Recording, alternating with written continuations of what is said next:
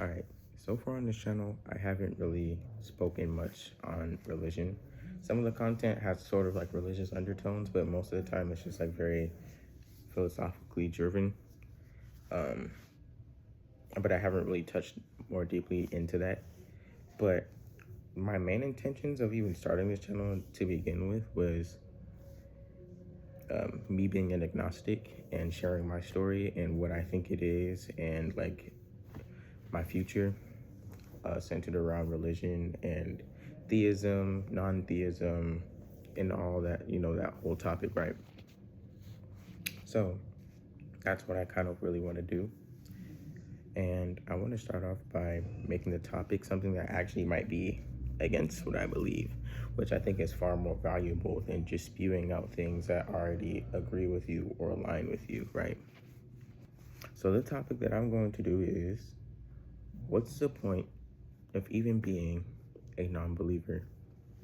Me being a non-believer myself, I go back and forth with this question, not in like a religious way, but in just a belief way, a faith way. When you hear the term non-believer, instantaneously you kind of get like threw it back, like you're like, whoa.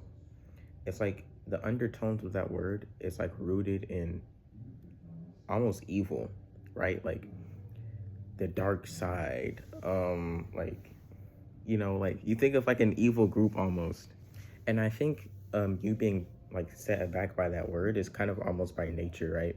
That's why it's so hard to deconstruct nowadays, especially in modern mosques, churches, whatever it may be, because of like the side thing. And I'm gonna explain that. There's like a fence, right? And you're born on one fence, and on the other side of the fence is people that decided to leave, right? For their own reasons, the problems that they may have found staying on that fence, it not aligning with who they are as a person, their morals, or just because they wanted to live life a different way. When you're on that side of the fence, you're gonna hear like, you don't want to be with them.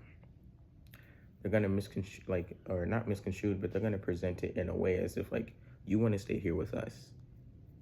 They made the wrong decision. They don't know what they're talking about. You go over there. Don't go over there with them. You know what I'm saying? So with that, one of the common questions that you hear or statements brought up is, how can you even be a non-believer? Who could possibly not believe in God? How couldn't you? Like, look around you. You hear that a lot, I promise you.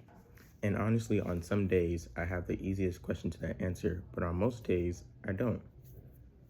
I think it is extremely beneficial, and this is one of the reasons why I actually believe religion has been around for a very long time. But I think it's extremely beneficial to believe in something greater than yourself. It gives you a common identity with those around you. It might give you a sense of purpose.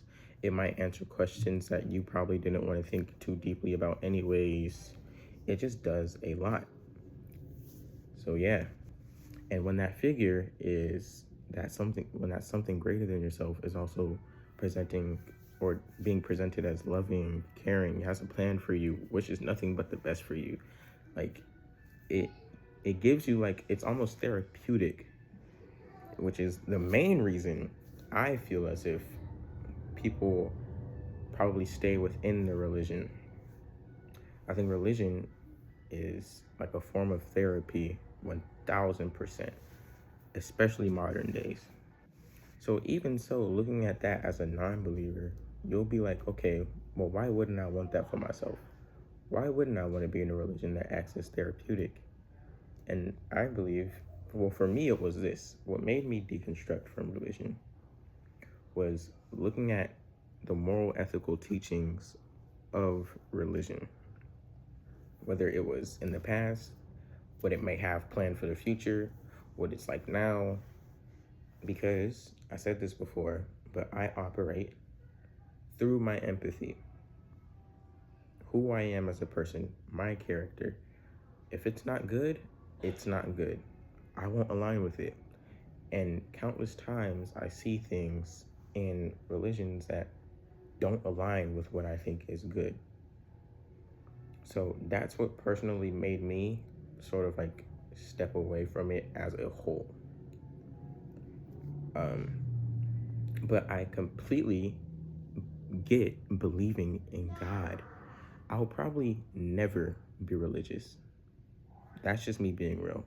I don't see any point in my future where I will become religious.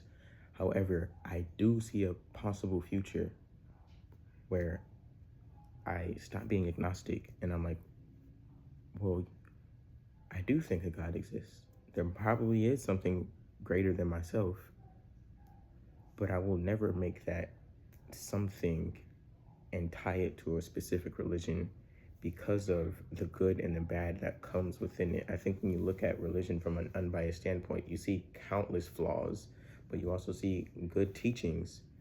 So you have to do your best in like I feel like as if in order to be in a religion, you have to sort of disregard the bad things and then almost reinterpret it, or you feed yourself solutions as to why it might not be true, or why like you have to interpret it a different way in order to be okay with only the good parts. And that's not just something I'll do. Now, getting back to the question, what's the point of even being a non-believer? I think, one, you need to address what belief is. I don't actually believe belief is a choice. I don't think belief is a choice at all. It's like similar to like preferences almost, like whether or not somebody's gay. Like you don't really have a choice, you just feel that way. It's just something that you feel. Belief to a certain extent can be like a certain choice depending on your environment, the information you're fed, all this other stuff. But it's a process. It's not a choice. You don't wake up one day and be like, you know what? Yep, I'm gonna do that way. I'm gonna be like that. I'm gonna align myself with that. Or I believe this to be the case. You're gonna have to believe it through evidence and your environment, reality that you see. I don't see that, unfortunately. I think that's because I deconstructed so far away from it. But yeah, belief isn't a choice. So the very like way that the question is asked is already presupposing that it's almost a light switch, like a yes or no, like, okay, I'm gonna do it that way. But then also another way to rephrase this, when somebody asks you, what's the point of even being a non-believer? I guess another question to ask would be, well, the burden is on you actually. What makes religion necessary for me? And if you can't give me a reason as to why religion is necessary, I don't see a reason to even be within it. If I'm living fine the way that I am, I'm not hurting anybody, I love everybody. Again, I'm free, I'm boundless.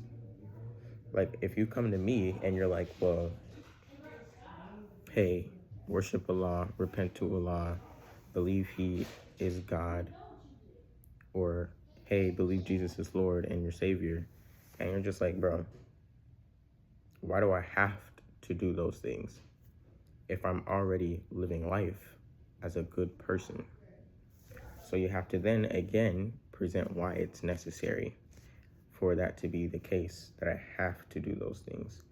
And one of the ways that people do that is to give you, or is to present consequences if you do not, which is hell, heaven, the afterlife. That's not really the only thing you hear when people try to make you be of the religion. You'll oftentimes hear like, well, he wants a relationship with you, it's your choice. And it's just like, no, it's not really. Because again, belief isn't a choice. And two, I tried. I was a devout Muslim for an extensive period of time. I prayed 6 times a day towards the Mecca. I did wudu every single time. I promise you, I read the Quran from front to back. Like, I learned Arabic for this, bro. I'm telling you, I was devout. I'm even reading the Bible now. So when you have somebody who's honest, because I genuinely listen, I promise you, I'm not just like some dishonest person. I genuinely listen with an open mind. My heart steers one way once I read or see something problematic. But then I hear apologists like sort of, account for it or tell you why this isn't the case. So it's difficult. you know, like, and then it's when they say that he wants a relationship with you, it's like it almost feels like a one-way street because I'm reading the holy text. I tried praying to you. I prayed to both Allah, the Islamic God, and I also prayed to the Christian God. Um, and I haven't gotten anything. When I was Muslim, of course I thought I got something from him. Like everybody believes that they're getting something from their God when they're in a religion. I've had my own personal experiences with Allah, or so I thought. But that's the thing about personal experiences. Let me touch on that. The thing with personal experiences is, I think the common denominator in them. Okay, well, let me start right here. I grew up in the mosque. I was surrounded by Muslims who all have their own personal experiences. There's people in different religions who have their own personal experiences. And nobody's to say that this person is lying and this person is true because they both worship different gods, okay? So if you're to say, okay, that person's lying, who's to say you aren't lying? So when you're surrounded by a bunch of personal experiences, it seems convincing if you are in the religion. But when you hear personal experiences outside of it, you're like, okay, obviously that's probably not true because you aren't of my religion. So that was kind of the case. But I think the common denominator here is just human interpretation when it comes to personal experiences. For example, Romans in the past were like, people in ancient Greece were probably like, oh my gosh, lightning struck my crops. Zeus must be angry at me. Like, no, that's just a natural event that happened that you're choosing to interpret, or I'm choosing to interpret as a personal experience with a God. Then you get the more like supernatural personal experiences, which I'm not honestly surprised. The human mind is powerful, bruh. You got literal kids, like toddlers, with, and this is so crazy. Like I honestly don't understand how this isn't even talked about more in daily conversations. But you got kids and toddlers having full-grown conversations and full-grown experiences with an imaginary friend. Like they see them in their mind. They see them like, hey, how could you possibly not even see my imaginary friend? So you can sort of apply that logic to that actual genuine religion and personal experiences with people inside, or people with their gods. Like you'll come across a toddler and you'll be like, hey, my teddy bear Jerry's talking. He's talking to you. Talk to him back. And you're like, Jerry isn't obviously talking, but they're convinced because it is them. They believe that he is talking. So they're just like, what do you mean he is talking? My imaginary friend just poured me a cup of tea. How do you not see him? Like, you feel me? Like, that's sort of the logic that you kind of get with like more that you can apply to more supernatural personal experiences. Yeah, I feel like I'm kind of like talking past like the point. The point of this is, what is the point of even being a non-believer? To answer, I don't know. I'm sorry. I don't know. I don't. If you want me to be genuinely honest with you, there is none. Okay? And that's really the reason as to why I feel as if further down the line, I might be a theist. I don't know. I'll probably never be religious, like I'll say again, but I might be religious and believe in something higher than myself, because who's to say that's not the case? Who's to say that that isn't the case? You can't confirm. That's why I'm agnostic, okay? That's just me, okay? I just think not knowing is a more logical position to hold rather than to claim that you do know. Because if you're like, okay, what's the point of being a non-theist? And like I said, I don't know. There probably isn't one. And then you ask somebody, what's the point of being a theist? And you have a whole list of reasons as to why. Well, you have something in common with other people now. You believe in something higher than yourself. You can live for a greater purpose. And it's like, well, dang, that sounds nice. You feel me? Like, I don't know. So that's sort of like the reason as to why I would probably download. Again, I keep saying this, but that's probably most of the reasons as to why even atheists turn religious or believe in God. Because some people, like, they don't really like care about the religion. They just want to believe in something, believe that something has a plan for them instead. So some people probably might default to Christianity. They might go to Islam because, in my personal opinion, I think when it comes to like morals and ethics and, you know, just like social constructs or whatever, I think Christianity probably has the edge when it comes to like, you know, moral teachings, how to be a good person. When Islam, I think their God makes the more logical sense, if you kind of get what I'm saying, because then you have the Trinity and it's just like all of that stuff. So yeah.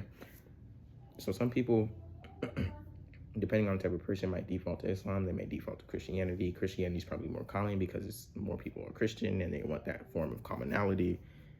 But that's really the reason as to why most atheists even become theists. They're looking for a purpose. They're lost, or they probably got hit by a midlife crisis and they're just like, okay, what do I do now? And it's reassuring when you have something higher than yourself telling you or presenting in a way that it's gonna be okay.